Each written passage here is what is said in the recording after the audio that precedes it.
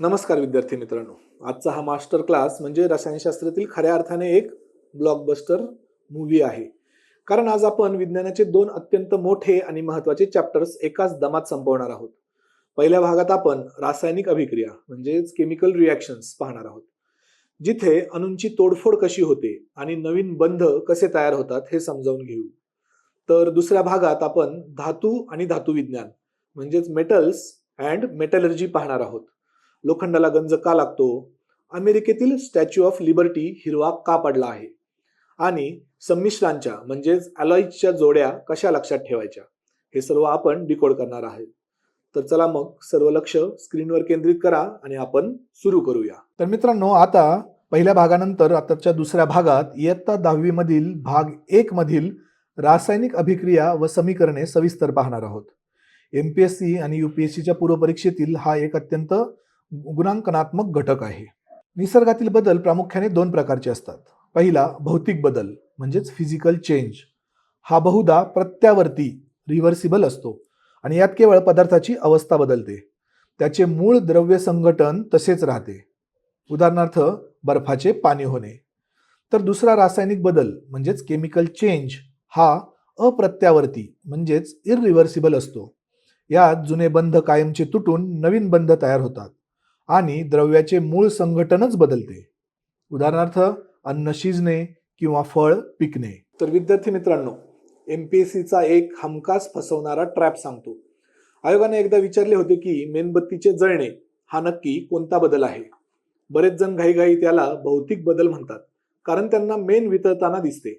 पण नीट लक्ष द्या, मेणबत्ती जळताना मेण वितळणे हा भौतिक बदल आहे, पण अगदी त्याच वेळेस ती वात जळून प्रकाश आणि धूर निर्माण होणे ही पूर्णपणे रासायनिक बदल आहे.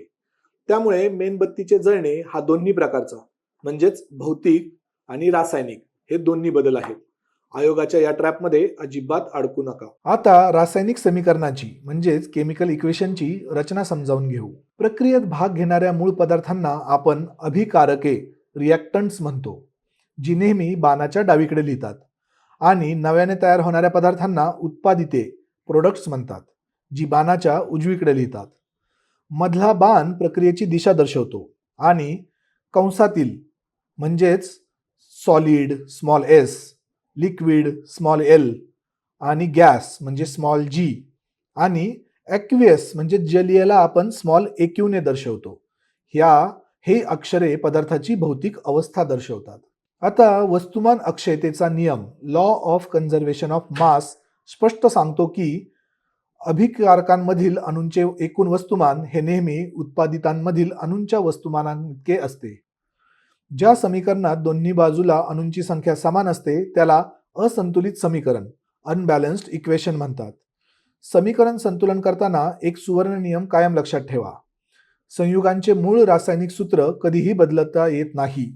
आपण केवळ सहगुणक म्हणजेच कोइफिशियंट जसे की 2H2O मधील 2 हे बदलू शकतो.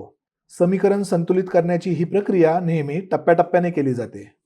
उदाहरणार्थ NaOH प्लस H2SO4 हे याचा बदल काय होतो, Na2SO4 प्लस H2O. या समीकरणामध्ये आधी सोडियम संतुलित करण्यासाठी डावीकडे NaOH च्या आधी 2 लावला जातो आणि नंतर उरलेला हायड्रोजन व ऑक्सिजन संतुलित करण्यासाठी उजवीकडे H2O च्या आधी 2 लावला जातो. रासायनिक अभिक्रियेचे प्रामुख्याने 4 प्रकार आहेत.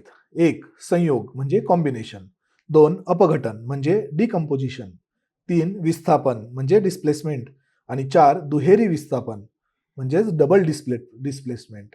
हे सर्व प्रकार आता आपण उदाहरणांसह पाहूया.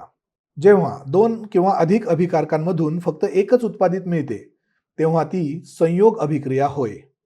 उदाहरणार्थ अमोनिया NH3 आणि हायड्रोजन क्लोराईड HCl मिळून अमोनियम क्लोराईड NH4Cl मिळते. या उलट जेव्हा एकाच अभिकारकाचे विभाजन होऊन 2 किंवा अधिक उत्पादिते मिळतात ती अपघटन अभिक्रिया होय. उदाहरणार्थ साखरेला उष्णता दिल्यास कार्बन व पाणी पूर्णपणे वेगळे होते.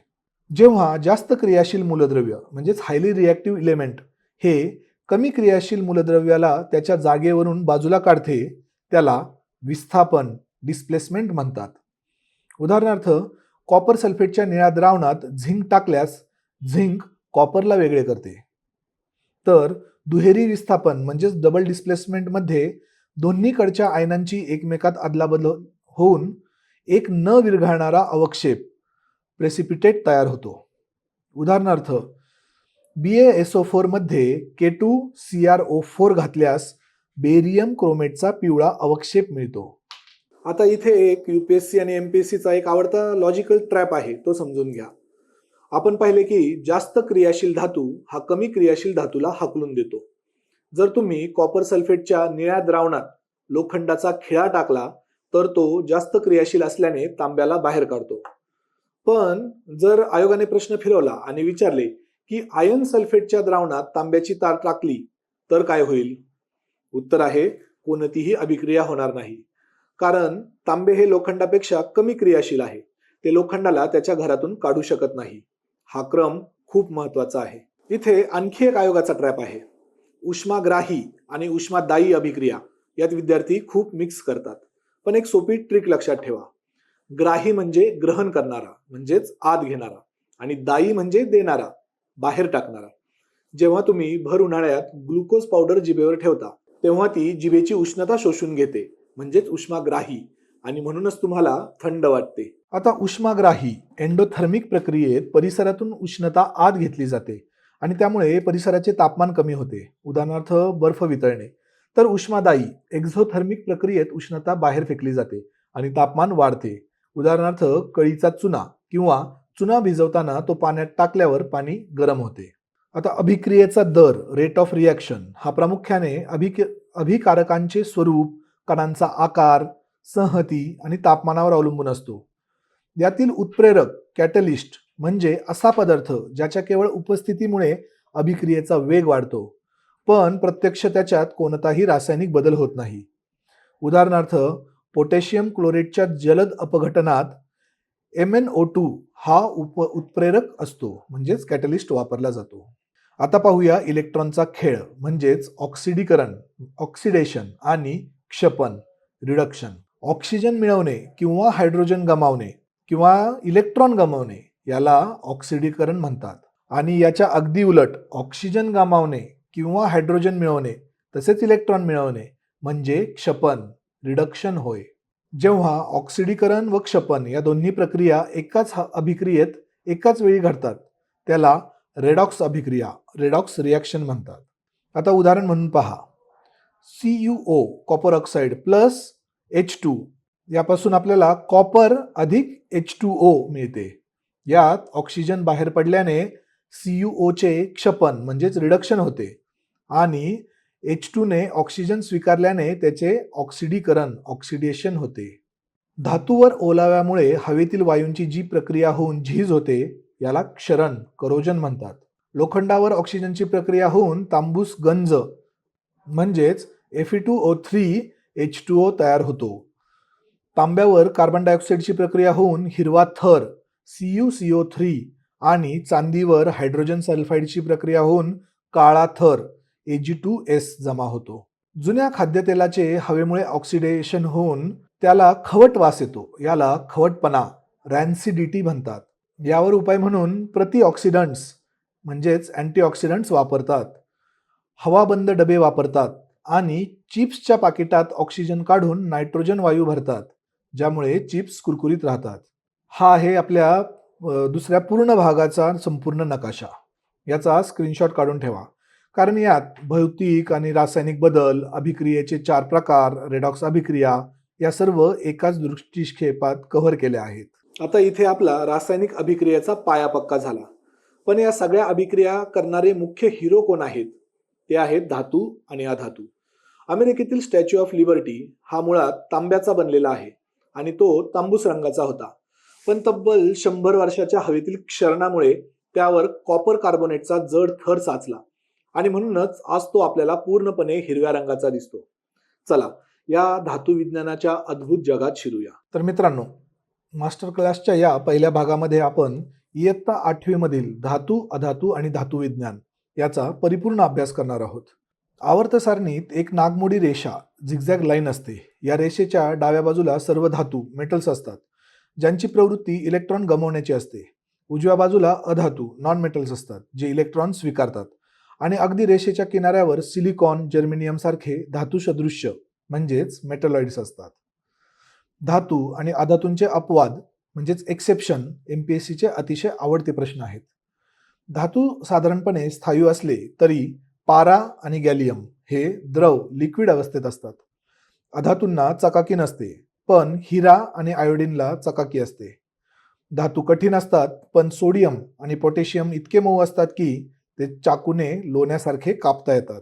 मित्रांनो, आयोगाला हे अपवाद प्रचंड आवडतात. पूर्वपरीक्षेला बहुविधानात्मक प्रश्नांमध्ये हे हमखास येतात.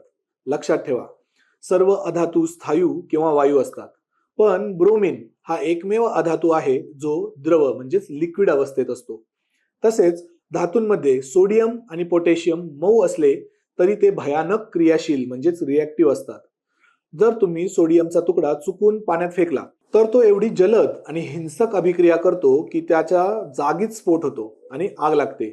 म्हणूनच सुरक्षिततेसाठी ते नेहमी रॉकेलमध्ये म्हणजेच केरोसिनमध्ये बुडवून ठेवतात. रासायनिक प्रवृत्तीनुसार धातूंच्या बाह्यतम कवचातील 1, 2 किंवा 3 इलेक्ट्रॉन गमावून धनायन बनण्याची प्रवृत्ती असते. या उलट अधातू बाहेरचे इलेक्ट्रॉन स्वीकारून ऋणायन बनवण्याची प्रवृत्ती दर्शवतात. आता धातूंच्या रासायनिक अभिक्रिया पाहू. धातू ऑक्सिजन सोबत मिळून आम्लारीधर्मी ऑक्साईड बेसिक ऑक्साईड बनवतात. पाण्यासोबत अभिक्रिया करताना सोडियम आणि पोटॅशियम एवढे उतावीळ असतात की ते थंड पाण्यातही पेट घेतात. तर लोखंड आणि जस्त फक्त पाण्याच्या वाफेसोबतच अभिक्रिया करतात. धातूंची विरल आम्लासोबत अभिक्रिया होऊन हायड्रोजन वायू H2 बाहेर पडतो. ही आहे आपली अभिक्रियता श्रेणी, रिॲक्टिव्हिटी सिरीज. सर्वात अति अभिक्रियाशील पोटॅशियम, सोडियम, लिथियम आणि कॅल्शियम आहेत.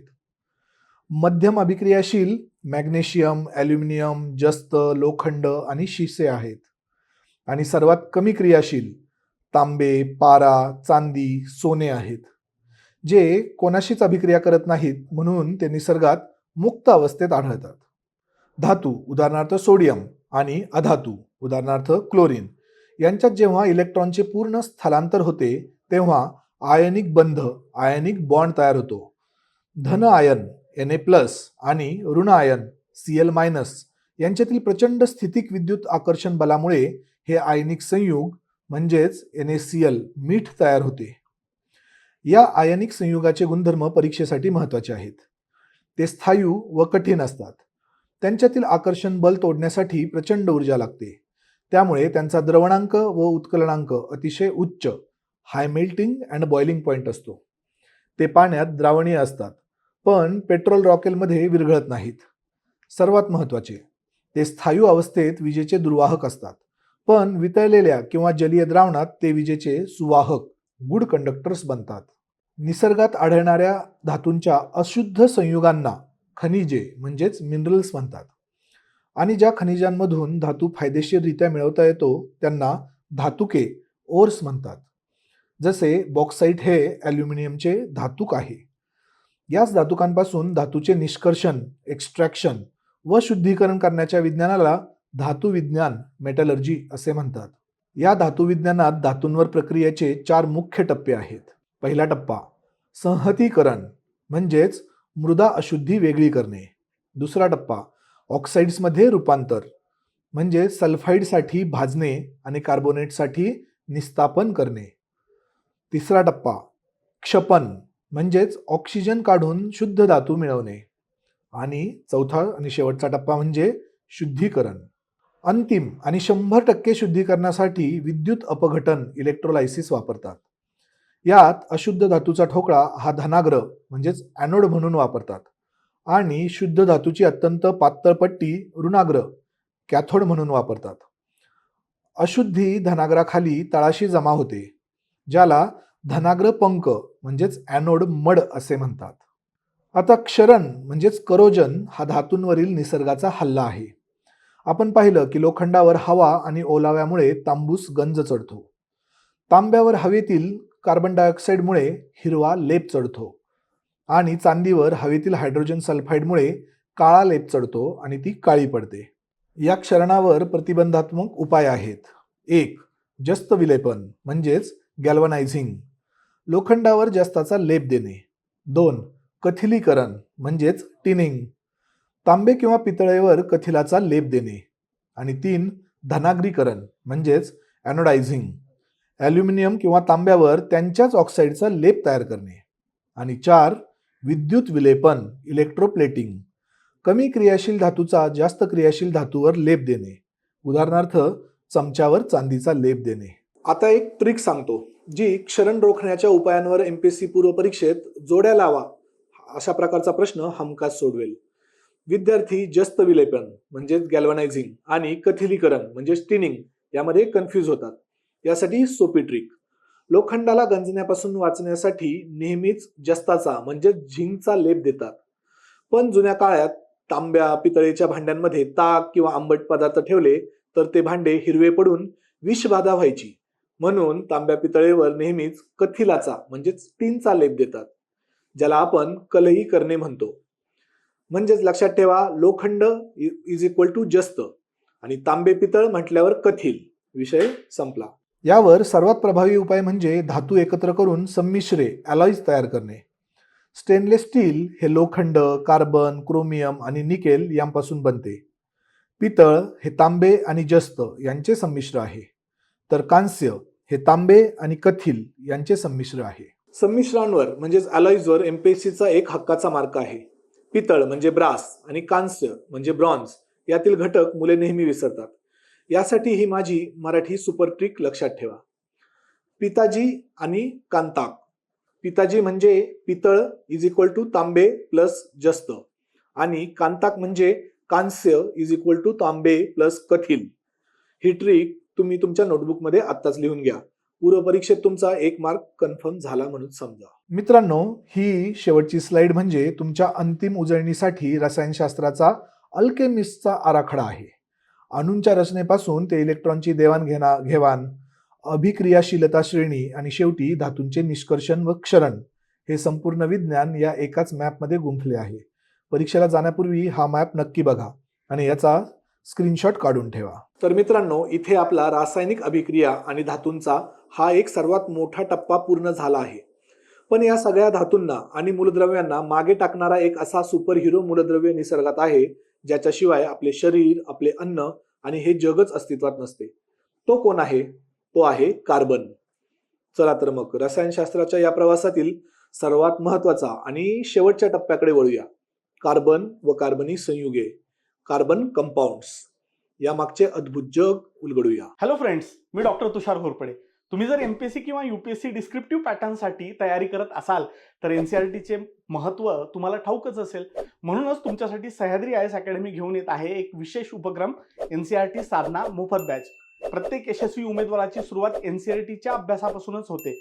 खरं सांगायचं तर नवोदित विद्यार्थ्यांसाठी थेट रेफरन्स बुक्सकडे वळणं हे अनेक अडचणी निर्माण करणारं असतं. मूलभूत संकल्पनांची पायाभूत समज नसेल तर विषय समजणं कठीण जातं. म्हणूनच एनसीईआरटी हे रेफरन्स बुक्सकडे जाण्यापूर्वीचा एक आवश्यक असा टप्पा आहे. यूपीएससी प्रिलिम्समध्ये एनसीईआरटीच्या पुस्तकांवर आधारित प्रश्न वारंवार विचारले जातात. एनसीईआरटीच्या अभ्यासामुळे केवळ माहिती मिळत नाही तर तर्कशुद्ध पद्धतीने, संघटित रीतीने आणि सुसंगत प्रवाहासह साध्या भाषेत मांडणी कशी करायची हे देखील समजते. त्याचा उत्तर लेखनासाठी नक्कीच फायदा होतो. एनसीईआरटीची ही बॅच संपूर्णपणे मोफत आहे आणि या बॅचमध्ये मी स्वतः आणि आपली तज्ञ टीम मार्गदर्शन करणार आहे. बॅचचं माध्यम मराठी असेल. त्याचबरोबर ही एनसीईआरटी बॅच तुम्हाला वेगवेगळ्या विषयांची ओळख करून देईल, ज्यामुळे तुमची कोणत्या विषयात स्वाभाविक रुची आहे हे तुमच्या लक्षात येईल आणि त्यामुळे यूपीएससी किंवा एमपीएससीसाठी तुम्हाला ऑप्शनल सब्जेक्ट ठरवणंही अधिक सोपं होणार आहे. अधिक माहितीसाठी खाली दिलेल्या मोबाईल क्रमांकांवर संपर्क साधा. तसेच बॅचच्या अपडेट्ससाठी आजच सह्याद्री आयएसच्या अधिकृत यूट्यूब चॅनलला सबस्क्राईब करायला विसरू नका आणि या संधीचा पुरेपूर लाभ घ्या.